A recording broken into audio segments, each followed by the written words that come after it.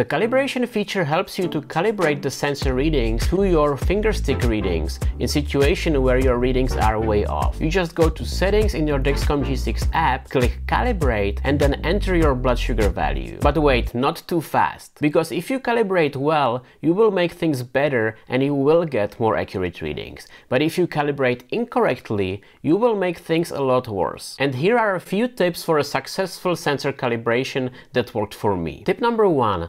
Never calibrate during the first 24 hours, because the readings during the first day, and for me personally, especially during the first 6 to 8 hours when I have a new sensor on, the readings are way off. It's not ideal, I know, but if you calibrate the sensor during these first few hours, you will mess things up. Trust me, I've been there. You might even break the sensor because the sensor will get into a calibration loop and it will never recover. So don't calibrate during the first few hours. From my experience, the readings always get way closer on the second day, and the second day is a much better time to calibrate the sensor if needed. Tip number 2. Keep in mind that not only your sensor but also your glucometer can be up to 20% off from the blood sugar result that you would get from a lab. So don't calibrate when the difference between your glucometer and your sensor is less than 20%. This table from Dexcom shows the acceptable range of sensor readings. If you are within this range, you probably don't need to calibrate. Tip number 3. When you decide to calibrate, make sure that the blood glucose from your finger prick is as accurate as possible, like if your life depends on it. So do all the things we should all be doing, but we never do. Check that your test strips are not expired. Wash your hands with soap,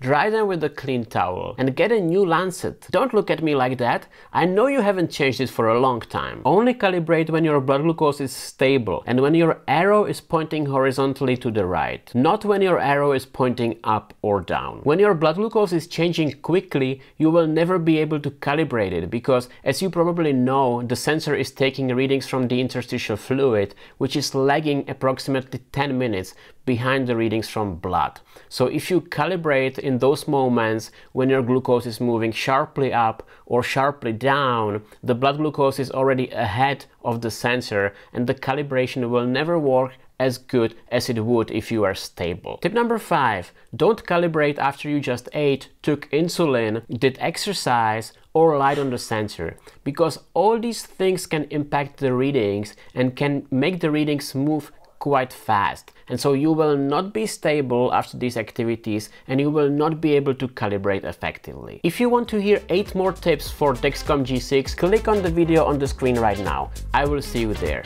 Ciao!